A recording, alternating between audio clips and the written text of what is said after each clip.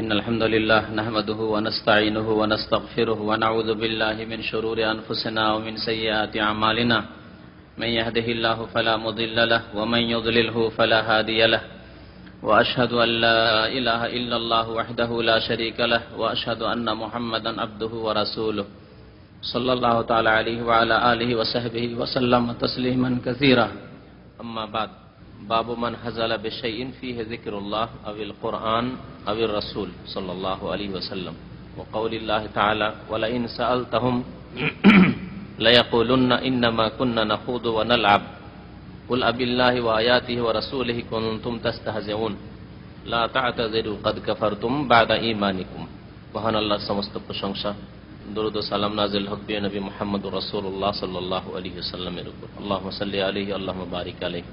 আজকের দর্শ হচ্ছে মহান আল্লাহ বা তার কিতাব কোরআনুল করিম অথবা তার রাসূল সাল্লাল্লাহু আলাইহি সাল্লাম কে নিয়ে, আল্লাহর নাযিলকৃত শরীয়তকে নিয়ে, হাদিসকে নিয়ে ঠাট্টা রহস্য করা, বিদ্রূপ করা সম্পর্কে, এর ভয়াবহ পরিণাম, এর হুকুম কি দুনিয়া এবং আখিরাতে, এর জন্য কি শাস্তি, এই সম্পর্কে সূরা তাওবার আয়াত রয়েছে, আয়াত নম্বর 65, যা নাজিল হয়েছিল ওই সব মুনাফিকদের সম্পর্কে, যেসব মুনাফিক মাঝে মধ্যে সুযোগ সুবিধা পেলেই ঠাট্টা রহস্য করত আয়াতকে নিয়ে, আল্লাহ রাব্বুল আলামিনের কিতাবের কোরআন কারীমের, রাসূলুল্লাহ সাল্লাল্লাহু আলাইহি ওয়াসাল্লাম সম্পর্কে অথবা সাহাবায়ে কেরাম সম্পর্কে, মুমিনগণ সম্পর্কে, সে সম্পর্কে আয়াতটি নাজিল হয়েছিল।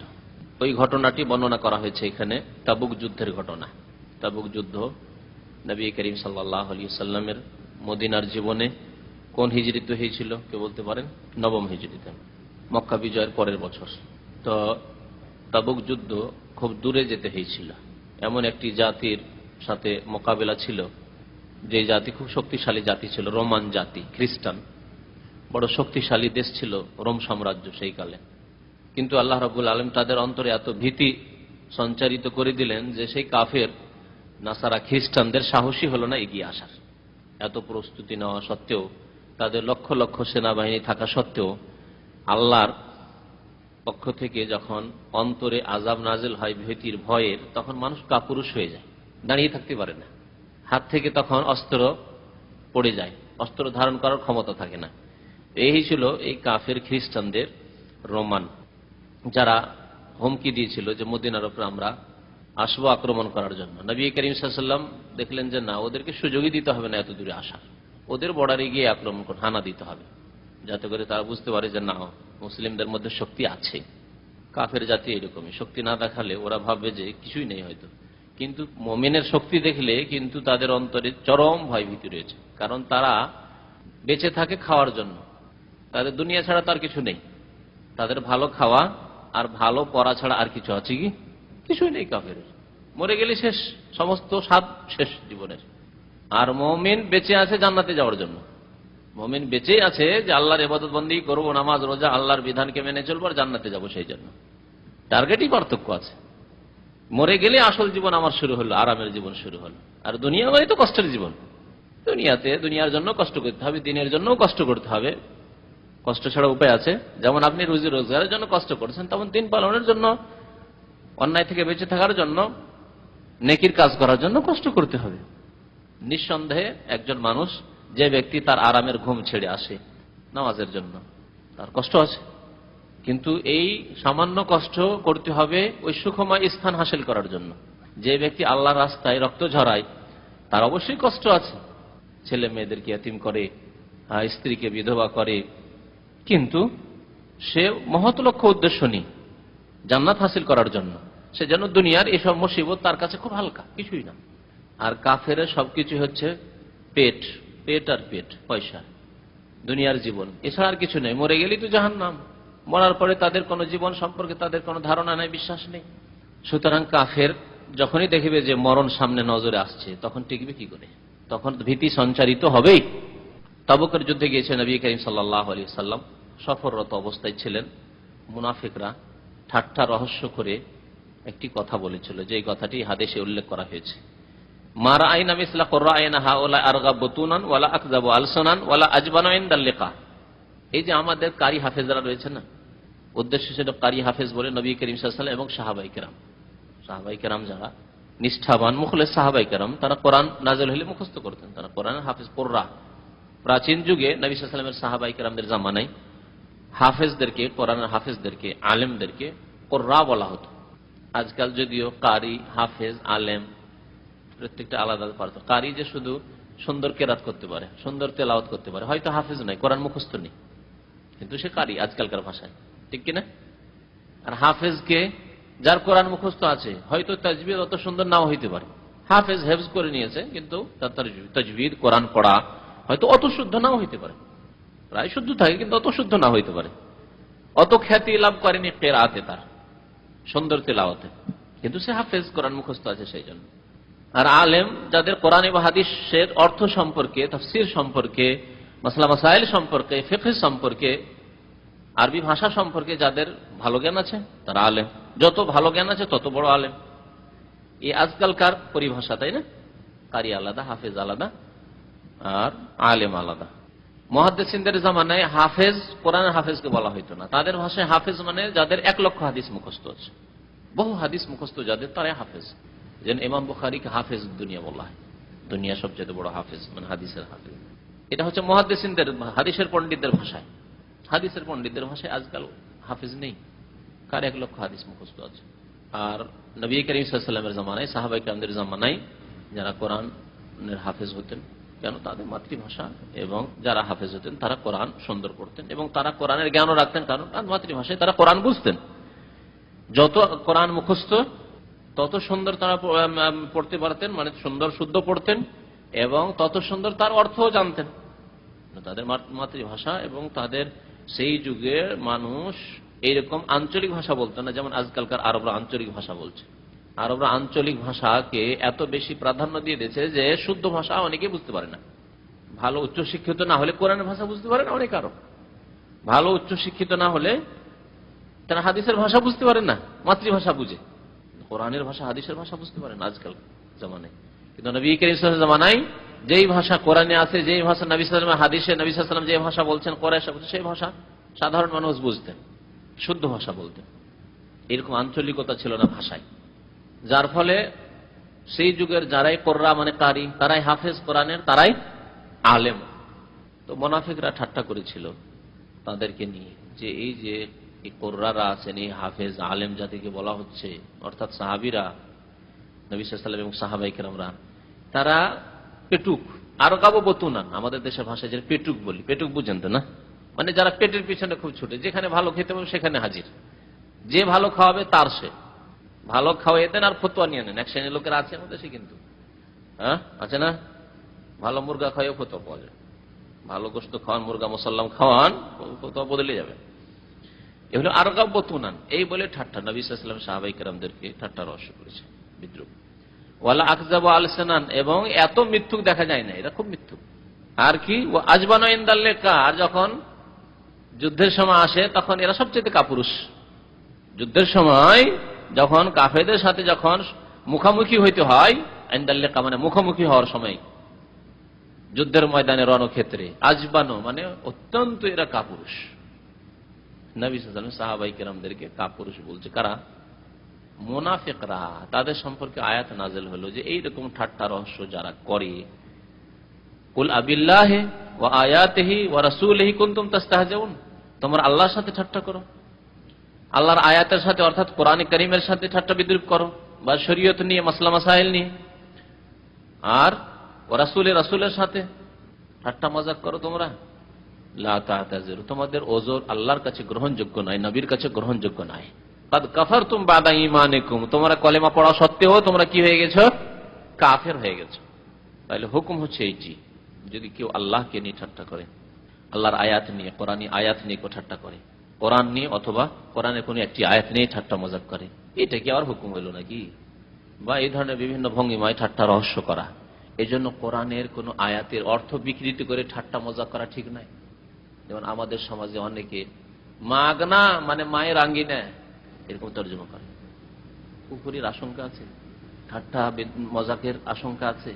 সুতরাং ঠাট্টা মজাক করলে যা হয় সেই শাস্তি, পানিশমেন্ট দুনিয়ার কুফরি, আখিরাতে কাফেরের যে পরিণাম সেই।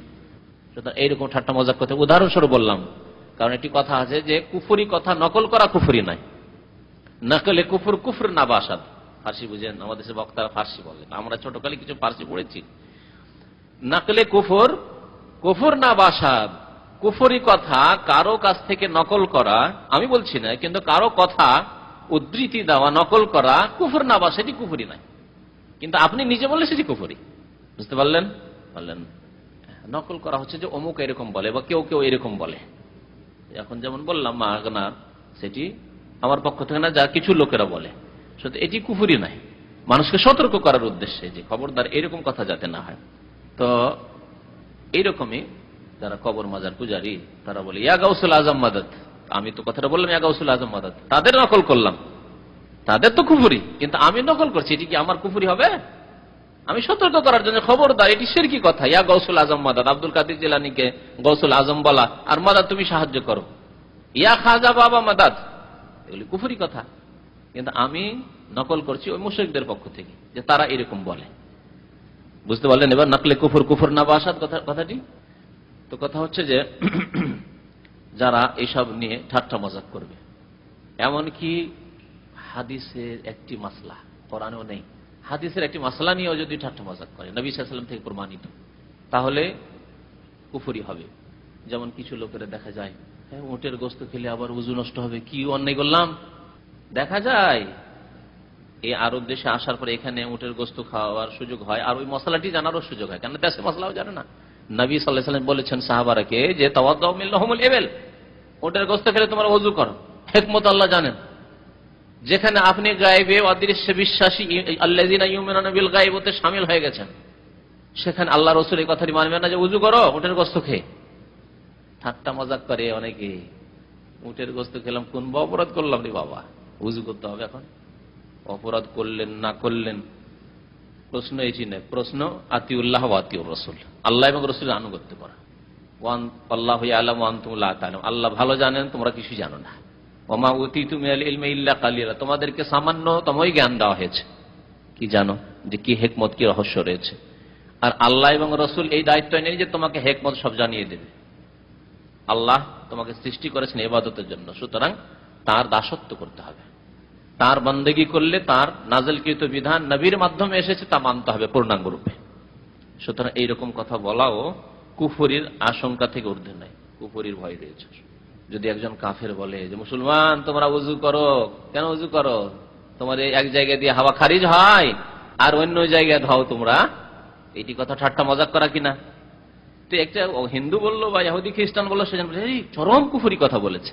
আর মুসলিম যখন বলে উঠলো যে আমরা খেলাম ওটার গোশত ওযু করতে হবে, ওইটি আবার কুফরি হলো না? কোন পার্থক্য? যেমন পুতুল পূজায় আর কবর পূজায় কোনো পার্থক্য নেই। পুতুলের সামনে সেজদা করা, প্রতিমার সামনে সেজদা করা আর মাজারে সেজদা করা একই সমান, যেমন, কিন্তু এই সমান যারা কবর মাজার পূজারী তারা মনে করে না আসলে সমান। ঠিক তেমনই একজন কাফের এইরকম বলা যে হাওয়া বেরোয় এক জায়গা থেকে আর ধাও অন্য জায়গায় তোমরা, এই কথাটি যেমন কুফরি, কাফের পক্ষ থেকে কোন মুসলিম বলে না, কাফের বলতে পারে। তার হাতুড়ে উত্তর আছে, ভালো উত্তর হচ্ছে আল্লাহর আতিউল্লাহ ওয়া আতিউর রাসূল। আপনি মুমিন, আপনি মুসলিম, আত্মসমর্পণ করেছেন, আল্লাহ এবং রাসূলের আনুগত্য করেন। আর হাতুড়ে উত্তর আছে, বলেছি অনেকবার হাতুড়ে উত্তর। মার যদি দেওয়া হয় পাছায় আপনার, তো চোখ দিয়ে কেন পানি বেরোয়? মার তো পাছায় দেওয়া হলো, পাছা দিয়ে পানি বেরোবে, ঠিক কিনা? তো কাফেরকে বোঝানোর জন্য, কিন্তু মুসলিমকে ওইভাবে বোঝাবো যে উটের গোশত খেলে উযু করতে হবে, তার যুক্তি আবার ওই লাঠি দিয়ে মেরেই বুঝাইতে হবে নাকি মুসলমানকে? কখনো না। আতিউল্লাহ ওয়া আতিউর রাসূল, আল্লাহর আনুগত্য করো, রাসূলের আনুগত্য করো। আর এইরকম কথা বললে কুফরের আশঙ্কা আছে। দেখুন বলছেন লেখক, মান হাজালা বিশাইইন ফিহি যিকরুল্লাহ, কোন ব্যক্তি যদি ঠাট্টা রহস্য করে, হাজালা মানে ঠাট্টা রহস্য করা, ইস্তেহজা মানে ঠাট্টা রহস্য করা, ফিহি যিকরুল্লাহ যাতে আল্লাহর জিকির রয়েছে, মানে আল্লাহর উল্লেখ রয়েছে, আল্লাহর নামের উল্লেখ রয়েছে, আল্লাহর গুণাবলীর উল্লেখ রয়েছে, আল্লাহ রাব্বুল আলামিন আরশে আজিমে যিকরুল্লাহ, আর রহমানু আলাল আরশি ইস্তাওয়া, আল্লাহ আরশে আজিমে সমসে, আল্লাহর কথা উল্লেখ রয়েছে। যে কোনো বস্তু যাতে আল্লাহর উল্লেখ রয়েছে, আবিল কোরআন অথবা কোরআন নিয়ে ঠাট্টা মজাক করলো, আবির রাসূল বা রাসূলকে নিয়ে ঠাট্টা মজাক করলো, তাদের হুকুম কি? লেখক হুকুমটি বলেন, হুকুমটি ছেড়ে দিয়েছেন যে আয়াতে দেখে নাও আর হাদিসে দেখে নাও। শুধু বললেন এই অধ্যায় হচ্ছে ওই সব লোক সম্পর্কে যারা আল্লাহকে নিয়ে ঠাট্টা করে, যারা রসুলকে নিয়ে ঠাট্টা করে, যারা কোরআনকে নিয়ে ঠাট্টা মজাক করে। এদের হুকুম কি?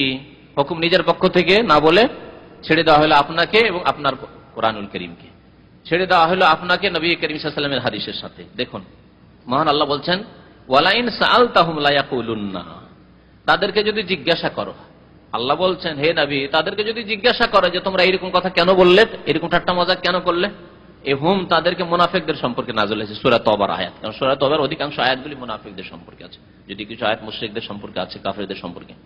তো মুনাফিকদের কথা বিস্তারিত উল্লেখ করা হয়েছে সূরা তাওবায়। আল্লাহ বলছেন তাদেরকে যদি জিজ্ঞাসা করো, যখন তাদের সম্পর্কে রিপোর্ট পৌঁছে গেল নবী করিম সাল্লাল্লাহু আলাইহি ওয়াসাল্লামের কাছে, ওহীর দ্বারা রিপোর্ট পৌঁছেছে আর সাহাবী পৌঁছাচ্ছে, সাহাবী আসছেন তার আগে ওহী চলে আসছে, নবী করিম সাল্লাল্লাহু আলাইহি ওয়াসাল্লামকে আগেই জানিয়ে দেওয়া হয়েছে জিবরিল মারফত। তো তারা উত্তরে বলবে যে জিজ্ঞাসা করে এইরকম কেন ঠাট্টা বিদ্রুপ করো, মজাক করো, লা ইয়াকুলুন্না, তারা অবশ্যই বলবে ইন্নামা কুন্না নাখুযু ওয়া নালাব। তারা ওযর এখনো পেশ করতে আসেনি, আল্লাহ আগেই জানিয়ে দিয়েছেন যে তাদেরকে যদি জিজ্ঞাসা করো, চার্জ করো কেন এরকম কথা বললে, তো তারা বলবে আমরা কি করছিলাম, নাখুযু ওয়া নালাব, আমরা একটু রহস্যর ছলে বলেছি, রহস্যর ছলে কথা বলেছি, নাখুযু ওয়া নালাব, এবং আমরা একটু হাসি তামাশা করেছি, খেলা তামাশা করেছি। এখন খেল তামাশার মতো একটু করেছি, আমরা অন্তর থেকে বলিনি। খেল তামাশা করা অন্তর থেকে হয় না, ওই রকম আমরা করেছি। এই উত্তর দেবে মুনাফিকরা, আল্লাহ আগে জানিয়ে দিয়েছেন। তখন তুমি বলো হে নবী তাদেরকে বলে দাও, কুল আবিল্লাহ, তোমরা আল্লাহর সাথে, ওয়া আয়াতিহি, আল্লাহর আয়াতের সাথে, কোরআনে কারীমের সাথে, ওয়া রাসূলিহি, আল্লাহর রাসূলের সাথে, কুনতুম তাস্তাহজিউন, ঠাট্টা রহস্য করো তোমরা। তারপরে আয়াত আছে লা তা'তাযিরু, তোমরা কোন রকমের ওজর পেশ করবে না, তোমাদের ওজর গ্রহণযোগ্য নয়। তাহলে বোঝা গেল যে সব ওজর গ্রহণযোগ্য হয় না। অনেক সময় ওজর খুব দুর্বল ওজর থাকে, তাই না? যে কোনো ক্ষেত্রে একজন লোক হয়তো যুক্তিযুক্ত ওজর পেশ করছে, অজুহাত পেশ করছে, আর একজন না অযুক্ত। আল্লাহ বলছেন লা তা'তাযিরু, তোমাদের এই ওজর চলবে না, কাদ কাফারতুম বাদা ঈমানিকুম, তোমরা ঈমান নিয়ে আসার পরে কাফের হয়ে গেছো। তাহলে বোঝা গেল যে মুমিন মুসলিম হওয়ার পরেও মানুষ কি হয়, বেশ কিছু কারণ আছে যেগুলো নওয়াকিদে ইসলাম, ইসলাম ভঙ্গকারী বা ইসলাম ধ্বংসকারী, সেগুলির কোনো একটি করলে কাফের হয়ে যায়। আমাদের দেশের মানুষরা ভাবে যে জন্মগত মুসলিম আবার ইসলামকে কেড়ে নেবে, শুধু ভাবে না, অনেক লোকে বলতে শোনা যায় যে আমরা মুসলমান, সৎপুরুষ মুসলমান, আমাদেরকে বলে যে কাফের হয়ে গেছে, আমাদেরকে বলে যে মুশরিক হয়ে গেছে। মানুষ বলে না, কোন আলেম বললে হ্যাঁ আপনি কাফের হবেন না, কিন্তু আল্লাহ এবং রাসূল যে বর্ডার সীমানা বলে দিয়েছেন, সে সীমানার বাইরে চলে গেলে কাফের মুশরিক হয়ে যাবে, সে সীমানার বাইরে চলে গেলে কাফের মুশরিক হয়ে যাবে। আল্লাহ রাব্বুল আলামিন বলছেন তাওহীদের বর্ডারের মধ্যেই থাকতে হবে। শিরক করে ফেলেন, আল্লাহ ছাড়া অন্যকে ডেকে ফেলেন, আল্লাহ ছাড়া অন্যের কাছে দোয়া করে ফেলেন, আল্লাহ ছাড়া অন্যের জন্য জবাই করে ফেলেন, আল্লাহ ছাড়া অন্যকে সেজদা করে ফেলেন, তারপর আমি মুসলিম। আপনি বলে ফেললেন যে আজকালকার যুগে কোরআনের আইন চলবে না, আজকালকার যুগ এত উন্নত যুগ, সায়েন্স টেকনোলজির যুগ, আর 1400 বছর আগের কোরআন দিয়ে বিচার করে কি সমস্যার সমাধান করা যায়? এখন লাগবে এই যে আইন আমাদের দেশের সংবিধান, সেই সংবিধান লাগবে। তা আপনি নিজে কাফের হয়ে গেলেন, আপনি বর্ডার সীমানা পার করে গেলেন ইসলামের। তিলকা হুদুদুল্লাহ ফালা তা'তাদুহা, আল্লাহ বলছেন আল্লাহর হুদুদ রয়েছে, সীমানা, বর্ডার রয়েছে, সেই বর্ডারকে পার করিও না, সীমানা, সেই সীমানার মধ্যেই থাকতে হবে। কাদ কাফারতুম বাদা ঈমানিকুম। দেখুন হাদিস বর্ণনা করেছেন কয়েকজন, আব্দুল্লাহ বিন ওমর, মুহাম্মদ বিন কাব, যায়েদ বিন আসলাম, কাতাদা। দাখালা হাদিস ও বাযহি ফি বাস, এদের সবার হাদিসের সমষ্টি একসাথে বয়ান করেছেন। মানে ভাষার শব্দের কিছু পার্থক্য হয়তো আছে, কারণ হাদিস বর্ণনা করতে গিয়ে হুবহু ওই শব্দই বর্ণনা করতে হবে এটা জরুরি ছিল না। কোরআনের আয়াতের ক্ষেত্রে যেইভাবে কোরআন নাযিল হয়েছে, যেই শব্দে, সেই শব্দেই কোরআন মুখস্থ রাখতে হবে। কিন্তু হাদিসের ক্ষেত্রে মুহাদ্দিসিন একটু ছাড় দিয়েছেন, যে কেউ যদি অর্থ, নবী সাল্লাল্লাহু আলাইহি ওয়াসাল্লামের কথার অর্থ, ভাবটি সঠিকভাবে বর্ণনা করে দিতে পারে তাহলে যথেষ্ট। হুবহু ওই শব্দই না, শব্দই জরুরি নাই হাদিসের ক্ষেত্রে, এই পার্থক্য আছে। তো বলছেন আন্নাহু ক্বালা রাজুলুন ফি গাজওয়াতি তাবুক, তাবুক যুদ্ধে একজন লোক বলল, সে মুনাফিক ছিল। কি বলল সে? মা রাআইনা মিসলা কুরআইনা হাওলাই, আমাদের এই কারি হাফেজদের মতো, এই যে মুহাম্মদ সাল্লাল্লাহু আলাইহি ওয়াসাল্লামের সাহাবীদের মতো আর আমি কোনদিন কোন লোক দেখিনি। আর গাব বতুনান, এর অত্যন্ত পেটুক, পেটের ক্ষেত্রে অত্যন্ত আগ্রহী। আর গাব রাগাবাত থেকে মানে আগ্রহ, পেটের ক্ষেত্রে আগ্রহী, খুব উৎসুক, যেখানে পেট আছে সে পেট পূজারী। ওয়ালা আকযাবু আলসানান, লিসানের যেমন আলসান, আর এদের জবান অত্যন্ত মিথ্যুক। আকযাব কাযিব মানে মিথ্যা, আর আকযাব মানে অতি মিথ্যুক। ইয়ানি রাসূলুল্লাহ সাল্লাল্লাহু আলাইহি ওয়াসাল্লাম, তাদের তার উদ্দেশ্য ছিল মুনাফিকের কি, আল্লাহ রাসূল, যে আল্লাহ রাসূলের এগুলি গুণ। আর কি ওয়াসাবাহুল কুররা, আর নবী সাল্লাল্লাহু আলাইহি ওয়াসাল্লামের সাহাবী যারা হাফেজ আলেম, তাদেরকে উদ্দেশ্য আবু বকর, উমর, ওসমান, আলী, খালিদ বিন ওয়ালিদ, অন্যান্য সাহাবী, হুরায়রা, এদেরকে উদ্দেশ্য করে, লক্ষ্য করে এই মুনাফিক বলেছিল। ফাকালাহু আউফ ইবনে মালিক, কিন্তু একজন খাঁটি সাহাবী কথাটি শুনে নেই।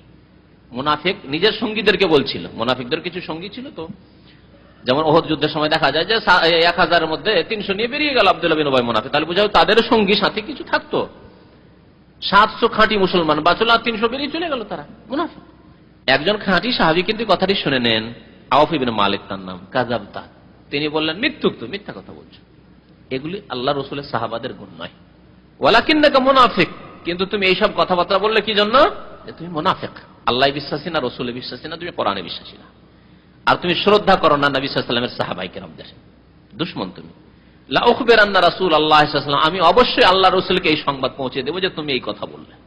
তাহলে বোঝা গেল যারা এরকমের অপরাধী, যারা সমাজকে খারাপ করছে, সমাজের মন মগজ খারাপ করছে, তাদের সম্পর্কে নেতৃস্থানীয় ব্যক্তিকে পৌঁছানো, যাদের মাধ্যমে তাদেরকে শাস্তি করা যেতে পারে, এটি হচ্ছে শরীয়ত সম্মত কাজ।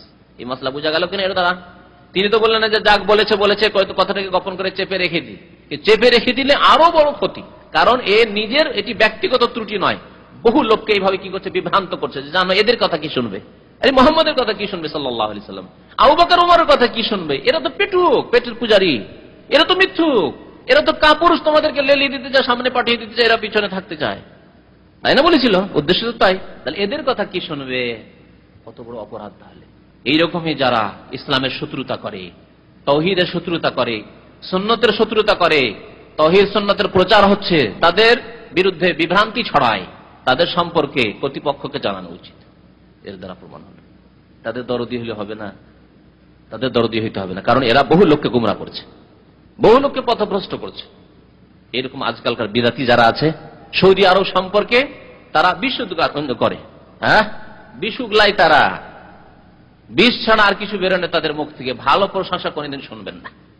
তাদের খাই দেয়, তাদের পয়সা নিয়ে তারা দেশে ইলেকশন করে, অনেক সময় তাদের পয়সা নিয়ে তাদের ওই চিল্লা করে, আর তারপরে বদনামে তাদের মুখ ভর্তি, জবান থেকে বদনাম ছাড়া এই সৌদি আরবে, সৌদি সরকারের, এখানকার ওলামায়ে কেরামদের, এখানকার মানুষের বদনাম, দুর্নাম, কুৎসা গাওয়া ছাড়া ভালো কোনো সুনাম শুনবেন না তাদের জবান থেকে। মুনাফিকদের লক্ষণ, যে যারা কোরআন সুন্নাহর বাস্তবায়ন করে, ইসলামিক আইনের বাস্তবায়ন করে, তাদের শত্রুতা হচ্ছে মুনাফিক হওয়ার লক্ষণ। নিজেরা তো পারলাম না কোরআন সুন্নাহর বাস্তবায়ন করতে, নিজের দেশে তো আমাদের তৌফিক হলো না, কিন্তু আমরা যাদেরকে আল্লাহ তৌফিক দিয়েছেন, তাদের বিরুদ্ধে আমরা শুধু বিষ উগলাতে থাকি। তো নবী করিম সাল্লাল্লাহু আলাইহি ওয়াসাল্লামের সাহাবী বললেন যে অবশ্যই আমি নবী সাল্লাল্লাহু আলাইহি ওয়াসাল্লামকে বলবো গিয়ে।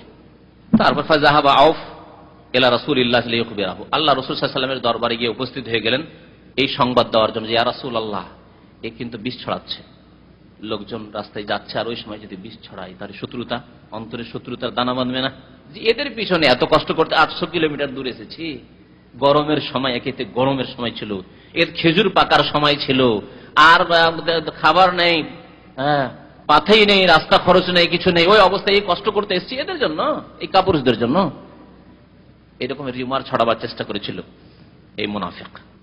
ফাওয়াজাদাল কোরআন কাদ সাবাকা, নবী সাল্লাল্লাহু আলাইহি ওয়াসাল্লামকে গিয়ে বলছেন তার আগেই কোরআনের ওহী নাযিল হয়ে গেছে, আয়াত নাযিল হয়ে গেছে, এই আয়াতগুলি, যে তারা এরকম ঠাট্টা মজাক করছে, আর তারা ওযর পেশ করার জন্য আসবে, তখন বলল লা তাতাযিরু, তোমাদের ওযর গ্রহণযোগ্য না, কাদ কাফারতুম বাদা ঈমানিকুম, আগে আয়াত নাযিল হয়ে গেছে। ফাজা যালিকা রাজুল রাসূলুল্লাহ সাল্লাল্লাহু আলাইহি ওয়াসাল্লাম, ওই ব্যক্তি তো ভয় খেয়ে গেছে,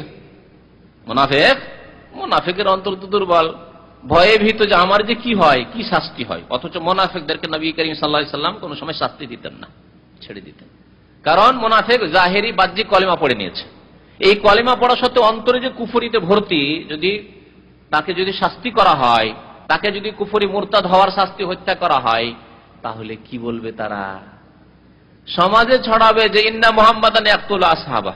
ওমর রাদিয়াল্লাহু তাআলা আনহু বার বলতে, ইয়া রাসূলুল্লাহ, আমাকে ছেড়ে দেন আপনি, দানি আযরিব হাযাল মুনাফিক, আযরিব উনুকা হাযাল মুনাফিক, এই মুনাফিকের গর্দন উড়িয়ে দিই আমি, শুধু আমাকে অনুমতি দিয়ে দেন আপনি। নবী করিম সাল্লাল্লাহু আলাইহি ওয়াসাল্লাম বলতেন যে না, ছেড়ে দাও আমার, ধৈর্য ধারণ করো, কারণ সমাজে এরা ছড়াবে ইন্না মুহাম্মাদান ইয়াকতুলু আসহাবাহু, মুহাম্মদ সাল্লাল্লাহু আলাইহি ওয়াসাল্লাম ইহুদি নাসারা ওদের বিরুদ্ধে তো যুদ্ধ করছেন, মুশরিক পত্তলিকদের বিরুদ্ধে তো যুদ্ধ করছেন, এমনকি সঙ্গীদেরকেও মারছেন, এরকম ছড়াবে তারা। অথচ এরা সঙ্গী নয়, এরা মুনাফিক। কিন্তু নেফাক তো ভিতরে লুকা আছে, কটা লোক জানছে তাদের মুনাফিকের কথা।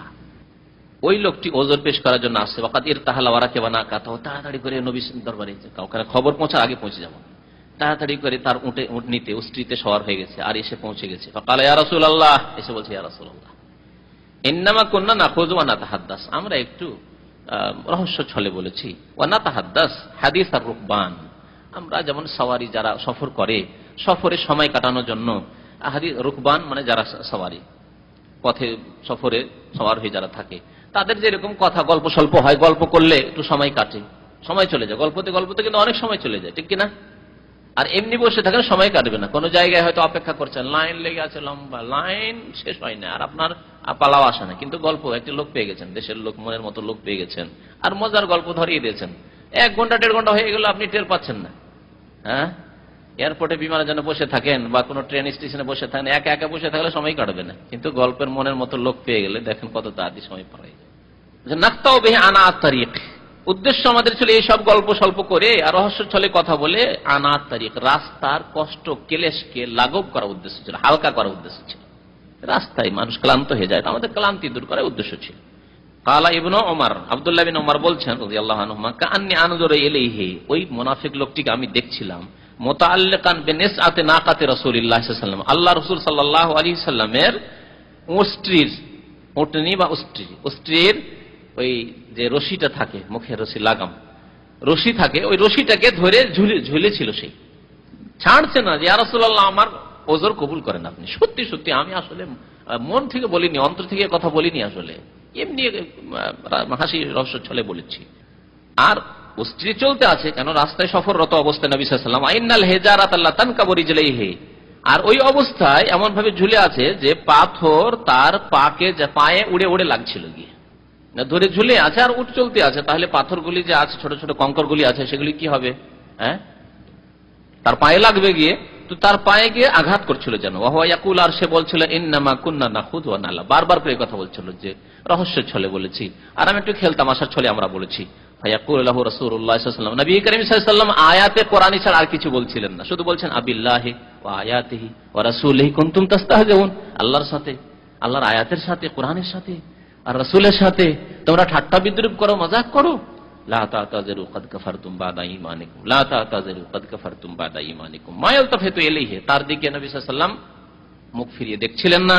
ওয়া মা ইয়াজিদুহু আলাইহি, আর এর অধিক আর কিছু বলছিলেন না, শুধু এইটুকু বলছিলেন, কুল আবিল্লাহি ওয়া আয়াতিহি ওয়া রাসূলিহি কুনতুম তাস্তাহজিউন। কি বোঝা গেল? যে শরীয়তের কোনো ব্যাপার নিয়ে যদি কেউ ঠাট্টা মজাক করে, আল্লাহর সাথে হোক, আল্লাহর আয়াতে কোরআনের সাথে হোক, অথবা রাসূলের সাথে হোক, এমনকি মুমিনের সাথে হোক, মুমিনের সাথে ঠাট্টা মজাক মুমিন হিসাবে, তার সাথে ঠাট্টা মজাক কেন?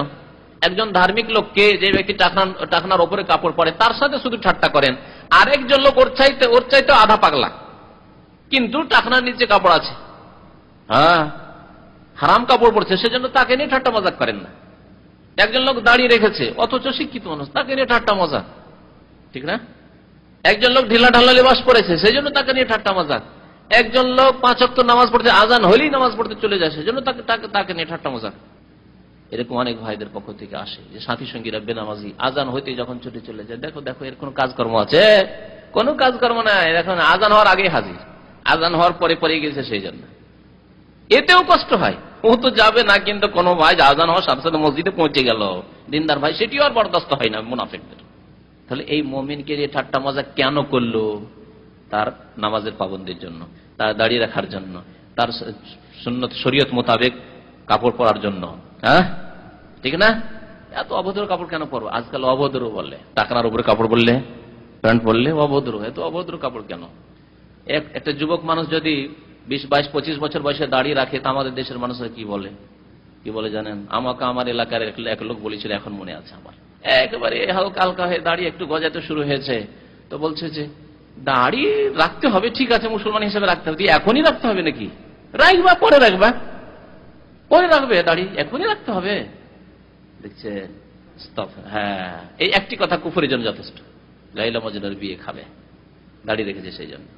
যুবক মানুষ কেন দাড়ি রাখবে? রাখবা, তোমার দাদার বয়স হবে তখন দাড়ি রাখবা। এইরকম কথাবার্তা হচ্ছে কুফরি কথাবার্তা। তাহলে মুমিনকে নিয়েও ঠাট্টা মজাক করা তার ইমানের কারণে, তার ধার্মিকতার কারণে।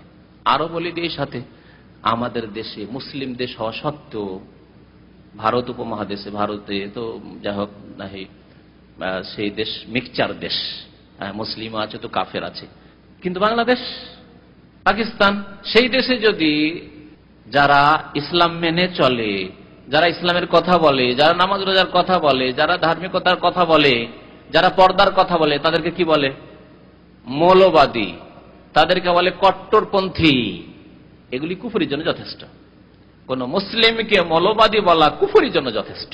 যেই ব্যক্তি বলবে, যেই ব্যক্তি পত্রিকায় লিখবে, তার কাফের হওয়ার জন্য এই মৌলবাদী শব্দটি যথেষ্ট। মৌলবাদী যদি কেউ না হয়, মানে মৌলিক জিনিসকে ইসলামের না ধরে থাকে, তো সে মুসলমান নাই। সেটা মৌলিক বস্তুকে ধরে আছে, মানে কোরআন সুন্নাহকে ধরে আছে, এটি তার ঈমান, এই হচ্ছে তার ইসলাম।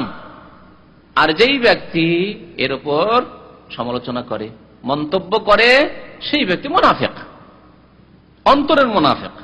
সুতরাং কোন মুসলিমকে মৌলবাদী বলা, কোন দাড়িওয়ালাকে বলা গোঁড়া মুসলমান, এদের গোঁড়ামি এগুলি, তারপরে এরা কট্টরপন্থী, বড়ই কট্টর, এসব কথাবার্তা কুফরি কথা। এসব কথা বললে কাফের হয়ে যায়। লা তাতাযিরু কাদ কাফারতুম বাদা ঈমানিকুম। পর্দা করে আপনার বিবির চেহারা ঢেকে নিয়ে যাচ্ছেন, তখন বিশেষ করে আত্মীয়দের মধ্যে কোনো ফাসেক হলে আরো সমস্যা। বিয়ে করতে যান, যেসব ভাইরা বিয়ে করেননি বা যারা করেছেন এইরকম সমস্যার সম্মুখীন হয়েছেন, বিয়ে করেন, আর আপনার যদি দুলা ভাই থাকে, ও তো মনে করে যে আমার তো অর্ধেক হক আছে, আপনার বিবিতে তার অর্ধেক হক আছে। বুঝতে পারেন না? পাচ্ছেন না ভাষা? বলে নাকি এরকম ধারণা নেই, কেউ বউ দেখাবে না? হ্যাঁ, এগুলো তোমাদের গোঁড়ামি, গোঁড়ামি গো। বেশি বুঝতে শিখে নিয়েছে ইসলাম যে তোমার বউ আমাকে দেখানো যাবে না। আর তারপরে যদি রাগ ঝাড়তে পারে, তাহলে গিয়ে আপনার বোনের সামনে রাগ ঝাড়বে, নির্যাতিত হবে আপনার বোন। তারপর আপনার মায়ের সামনে, আপনার বাবার সামনে, শ্বশুর বাড়ি গেলে আমি দেখতে পাবো না, আমি দেখবো না, আপনার ছেলে বিয়ে করবে আমি দেখতে পাবো না। এই বাপরে রাগ করে বসে আছে জামাই। এসব শয়তানি মুনাফিকি আমাদের মুসলিম সমাজে ঢুকে আছে। কালো লেবাস যদি পরে মহিলারা, পর্দা করে, তাদেরকে কি বলে? অনেক জায়গায় ভল্লুক বলে, ভল্লুক। আল্লাহু আকবার। কুফরি, কুফর। এই একটি কথা যথেষ্ট। যে কোনো শব্দ দিয়ে কটাক্ষ করা, ইস্তেহজা। আল্লাহ পর্দা ফরজ করেছেন কিনা? সুন্নত করে ঠাট্টা করলে কুফরি হইতে পারে, সুন্নত করে। তাহলে ফরজ ওয়াজিব আল্লাহর আদেশ, ইদনিনা আলাইহিন্না মিন জালাবিবিহিন, সূরা আহজাবের হুকুম, যে মুসলিম রমণীরা কি করবে? পর্দা করবে, পর্দা করবে। সুতরাং যারা পর্দা নিয়ে ঠাট্টা মজাক করে, লিখালিখি করে, খারাপ মন্তব্য করে, তারা মুসলিম থাকতে পারে না। তারা এই মুনাফিকদের দল। কাদ কাফারতুম বাদা ঈমানিকুম, তোমরা তোমাদের ঈমানের পরে তোমরা কুফরি করেছো। মাসাইলগুলিতে এই জন্য লেখক বলছেন যে এই আয়াত এবং হাদিস থেকে জানলাম যে মান হাজালা বিহাজা, কেউ যদি এইরকম ঠাট্টা বিদ্রুপ করে, তাহলে ফাইন্নাহু কাফির, সে কাফের, মুসলমান নাই, সে মুসলিম নাই। আরেকটি কথা এখানে বলেছেন, আল ফারকু বাইনান নামিমাতি ওয়া বাইনান নাসিহাতি লিল্লাহি ওয়া রাসূলিহি। দেখেন, একজনের কথা আরেকজনের কাছে পৌঁছানো, এর নাম তো চুগলখড়ি, নামিমা, চুগলখড়ি, তাই না? যদি ফিতনার উদ্দেশ্যে হয়, ঝগড়া লাগাবার উদ্দেশ্যে হয়, তাহলে হারাম এবং কাবিরা গুনাহ। চুগলখড়ি করা কাবিরা গুনাহ। হয়তো কোনো মানুষ বলে যে লোকটির ব্যবহার আচার অত ভালো না, বলেই ফেললেন, আপনি গীবত করলেন, আপনি এক গুনাহ করলেন। আর একজন লোক শুনলো, শোনার পরে বললেই তো কথা ঠিক বললো না। আর আমার বন্ধু, সে চট করে গিয়ে বন্ধুকে বলছে, বন্ধু সাবধান ওই লোকটি থেকে, ওই লোকটি তোমাকে তোমার সম্পর্কে বলছে কি যে চরিত্র ভালো না। তারপরে দুজনকে দিয়ে লড়িয়ে কি বললেন, আপনি এত বড় সাহস আপনার, আমাকে বলবেন আমি চরিত্রহীন? গলা ধরে নিল, দিয়ে লড়িয়ে না, বা কথাবার্তা তাদের বন্ধ করিয়ে দিল। কত রকম কি হচ্ছে এই করে। ভাই বোনের সম্পর্ক খারাপ হয়ে যাচ্ছে, মায়ের ছেলেতে সম্পর্ক খারাপ হয়ে যাচ্ছে এই চুগলখড়ির কারণে। তাহলে চুগলখড়ি এইরকম যদি করে তো হারাম, কাবিরা গুনাহ, কবরের আযাবের একটি মুখ্য কারণ চুগলখড়ি। আর সাহাবী জাওয়াব বিন মালিক বলেন, লা ওয়াল্লাহি, আল্লাহর কসম করে, লা উখবিরান্না রাসূলুল্লাহ সাল্লাল্লাহু আলাইহি ওয়াসাল্লাম, আল্লাহ রাসূলকে গিয়ে এক্ষুনি বলবো। এটা কি চুগলখড়ি নাকি? এটি হচ্ছে আন-নাসিহাতু লিল্লাহি ওয়া লিরাসূলিহি, আল্লাহর হিতাকাঙ্ক্ষী হওয়া আর রাসূলের হিতাকাঙ্ক্ষী হওয়া। নবী সাল্লাল্লাহু আলাইহি ওয়াসাল্লাম বলেছেন, আদ-দীনুন নাসিহা, দিন ইসলাম হচ্ছে হিতাকাঙ্ক্ষী হওয়ার নাম। সাহাবারা জিজ্ঞাসা করলেন, ইয়া রাসূলুল্লাহ লিমান, কার জন্য হিতাকাঙ্ক্ষী হইতে হবে? তখন নবী করিম সাল্লাল্লাহু আলাইহি ওয়াসাল্লাম বলেছেন অত্যন্ত মূল্যবান হাদিস, লিল্লাহি, আল্লাহর হিতাকাঙ্ক্ষী হইতে হবে, ওয়ালি কিতাবে, আল্লাহর কিতাব কোরআনে কারীমের হিতাকাঙ্ক্ষী হইতে হবে, খায়ের খা হইতে হবে, শুভ কামনা করতে হবে। আর কি? ওয়ালি রাসূলিহি, রাসূলের জন্য, রাসূলের হিতাকাঙ্ক্ষী হইতে হবে। ওয়ালি আইম্মাতুল মুসলিমিন, মুসলিম সৎ নেতাদের হিতাকাঙ্ক্ষী হইতে হবে, এবং সৎ পরামর্শ তাদেরকে দিতে হবে। এই জন্য যদি তারা কিতাব সুন্নাহ কোরআন হাদিসে বাস্তবায়ন করেন, যেমন সৌদি সরকার, তাহলে তাদের হিতাকাঙ্ক্ষী, তাদেরকে দোয়াও দিতে হবে ভালো তৌফিকের, এবং তাদের প্রশংসাও করতে হবে, তাদের শুকরিয়া আদায় করতে হবে আরো বেশি হবে। যদি ইসলামিক আইনের বাস্তবায়ন না করে, তো তাদের ইসলাম সংশোধনের জন্য দোয়া করতে হবে। অস্বীকার করে না, কিন্তু বলতে পারছি না, যেমন অধিকাংশ মুসলিম দেশগুলির অবস্থা। তাহলে তাদেরকে তাদের হেদায়েতের জন্য দোয়া করতে হবে, তাদের সংশোধনের জন্য দোয়া করতে হবে, এবং তাদেরকে সৎ পরামর্শ যাদের দেওয়া সম্ভব, যে আপনারা করেন না কেন, যারা তাদের মজলিসে বসতে পারে তাদেরকে বলতে পারে, তাদের করেন না কেন, ইসলাম আইনের বাস্তবায়ন কেন করেন না, নসিহত, কি হচ্ছে হিতাকাঙ্ক্ষী হওয়া, শুভকামনা করা তাদের জন্য। আর শুভকামনা এই নয় যে যা করছে তা তাদেরকে করতে দাও, তাদেরই সাপোর্ট করো আর তাদের সাথে হয়ে যাও, তাহলে তো জাহান্নামের রাস্তাতে রেখে দিলেন তাদেরকে, যে মানবরচিত বিধান নিয়ে তারা থেকে গেল সারা জীবন। বলে আইম্মাতুল মুসলিম বলে আম্মাতিহিম, আর জনসাধারণেরও হিতাকাঙ্ক্ষী হইতে হবে, মুসলিম জনসাধারণের। যদি দুইজনে এইরকম গোপনে আলোচনা করে যে লোকটিকে আমি খুন করব, আপনি শুনলেন, তাহলে কি বলবেন না এসে? হ্যাঁ, এখানে অবশ্যই বলতে হবে, না হলে ক্ষতিগ্রস্ত হবে, তাহলে এখানে শুভকামনা অবশ্যই এই লোকটির করতে হবে। কিন্তু হয়তো একটু সামান্য কোনো কথা বলে দিয়েছে, যার প্রতিক্রিয়া এর বেশি আর কিছু হবে না, মানে তার উপর কোন রকমের এরকম কোন জুলম অত্যাচার আর হবে না, তাহলে এই কথাটি লাগিয়ে আরো ফিতনা ফাসাদ সৃষ্টি করা ভালো নয়, সেটি চুগলখড়ি। এই মুনাফিকের কথা যদি নবী সাল্লাল্লাহু আলাইহি ওয়াসাল্লাম পর্যন্ত না পৌঁছানো হয়, তাহলে কি হবে? ইসলাম থেকে দূরে সরিয়ে দেওয়া হয় বহু লোককে। অনেক লোক নতুন নতুন কলেমা পড়ে মুসলমান হয়েছে, তারা মুরতাদ হয়ে যাবে। আরে আমরা ভালো মনে করি তো, নবী সাল্লাল্লাহু আলাইহি ওয়াসাল্লামের কলেমা পড়েছিলাম, লা ইলাহা ইল্লাল্লাহ মুহাম্মাদুর রাসূলুল্লাহ পড়েছিলাম, দেখলাম যে এরাই কাপুরুষ, এরাই পিছনে থাকে, এরা বড় মৃত্যু, তাহলে এদের কথা আর কি শুনবো, লাভ নাই, যেটাই ছিল সেটাই ঠিক ছিল, আগের ধর্মই ঠিক ছিল। ঠিক কিনা বলে? ইসলামী সেন্টারে যেসব ভাইরা আসে, ভালো নিয়ত নিয়ে আসে, ভালো ধারণা নিয়ে আসে, যে এখানে গেলে হক কথা শিখতে পাবো, কোন বিদাতি, কোন ইসলামের শত্রু যদি বলে, কি শিখবে ওদের কাছে? ওদের নিজেরই আমল নেই, কি শিখবে? ওরা নিজের বিদাতি, ওদের কাছে আবার কি শিখা যাবে? ওরা কিন্তু আমেরিকা চালায়, আস্তাগফিরুল্লাহ। এক শয়তান, এখানে কোন এক শয়তান বলছে যে এসব সেন্টার আমেরিকা চালাচ্ছে। আমেরিকা যদি এসব সেন্টারই চালাবে, তবে আল হারামাইন কেন বন্ধ করতে তারা বলবে? তাহলে ইসলামিক সংস্থাগুলি কেন বন্ধ করার জন্য চাপ সৃষ্টি করবে তারা? কথা বুঝতে পেরেছেন? তাদের জন্য তো কাটা, যে এখানে মুসলিম তৈরি হচ্ছে, কারখানা মুসলিম তৈরি হওয়ার, তাদের চোখের বালি। কিন্তু বিদাতি জেনে শুনে শত্রুতা করে, যে জেনে শুনে মিথ্যা কথা বলছে আর শত্রুতা করছে। এখন এইরকম ভাবে কেউ যদি বিভ্রান্ত করে ইসলামী সেন্টার থেকে, ইসলামী সেন্টারে যেসব ভাইরা দাওয়াতি কাজ করেন তাদের থেকে, এবং তাদের সম্পর্কে ভুল ধারণা দেয় যে তাদের নিজের আমল নাই, তাদের নিজের আমল খারাপ, তাদের নিজের চরিত্র খারাপ, এইসব কথাবার্তা বলে, তো উদ্দেশ্য তাহলে তাদের সুদূর খারাপ। শুধু খারাপ নয়, অনেক দূর পর্যন্ত তাদের খারাপ উদ্দেশ্য, যে যাতে করে লোকজন দিনের কথা নাই শিখে, নাই যায় দিনের কথা শিখতে, তাদের অজ্ঞতা দূর না করে, তাদের শিরক বিদআত না দূর করে, তাদের কুফরিকে দূর না করে, তাদের নামাজের পাবন্দি না করে। অনেক লোকই জানতো না যে নামাজ না পড়লে মুসলমান থাকা যায় না, কিন্তু ইসলামী সেন্টার এসে আলহামদুলিল্লাহ জেনেছে যে মুসলমান থাকলে নামাজ পড়তে হবে। অনেক লোকই জানতো না যে কবরে সিজদা করা শিরক, এই কথা দেশে শোনেনি জীবনে, কিন্তু ইসলামী সেন্টার এসে আলহামদুলিল্লাহ জানতে পেরেছে আল্লাহ ছাড়া অন্যকে সিজদা করা শিরক। সে কবরে সিজদা করি, মাজারে সিজদা করি, আর হিন্দুদের মন্দিরে গিয়ে সিজদা করি, সবগুলি শিরক। এই কথা জানতো না, এই পার্থক্য এটা জানতো না। জানতো যে হিন্দুরা শিরিক করে, জানতো যে খ্রিস্টানরা গির্জাতে শিরিক করে, আমরা শিরিক করি না। যদিও আটরসি যায়, মাঝভান্ডারি যায়, আর আজমিরে যায়, আমরা সব মুসলিম। কিন্তু আলহামদুলিল্লাহ ইসলামী সেন্টারে এসে তাওহীদ, সুন্নাত, শিরক, বিদআত, নামাজের গুরুত্ব, ইসলামের আহকাম আরকান, বিধিবিধান, ঈমানের আরকান, বিধিবিধান, আমল, সবকিছু জানতে পেরেছে। আলহামদুলিল্লাহ আমলকে সংশোধন করেছে তারা। তাহলে এইরকম যদি কেউ খারাপ মন্তব্য করে, তাহলে এই ক্ষেত্রে তাদের কথা পৌঁছে দেওয়া দায়িত্বশীলদের কাছে এটি চুগলখড়ি নয়, বরং কি এটি নসিহা। নামিমা নয়, ওর নাম কি নসিহা। নামিমা চুগলখড়ি হারাম, আর নসিহা মানে শুভ কামনা করা, হিতাকাঙ্ক্ষী হইতে হবে আল্লাহ রাসূলের, যেমন বললাম লিল্লাহে, আল্লাহর কিতাবের, রাসূলের, আর মুসলিম নেতাদের মধ্যে উলামায়ে কিরাম যারা কোরআন সুন্নাহর অনুসারী, সেসব উলামায়ে কিরাম, বিদাতীদের না, আর জনসাধারণের, এবং রাষ্ট্রনেতা। আইম্মাতুল মুসলিমের মধ্যে যেমন উলামায়ে কিরাম, তেমন রাষ্ট্রনেতা, সবার হিতাকাঙ্ক্ষী হইতে হবে। টেনে হেঁচড়ে শুধু ফেলে দিব আর তা দিয়ে শান্তি প্রতিষ্ঠা হবে, কোনোদিন শান্তি প্রতিষ্ঠা হয়নি এইভাবে। যাদেরকে টেনে ফেলবেন তারা কি পড়ে থাকবে? তারা আপনাদেরকে টেনে ফেলার চেষ্টা করবে। সুতরাং এই তরিকা ইসলামিক তরিকা নয়।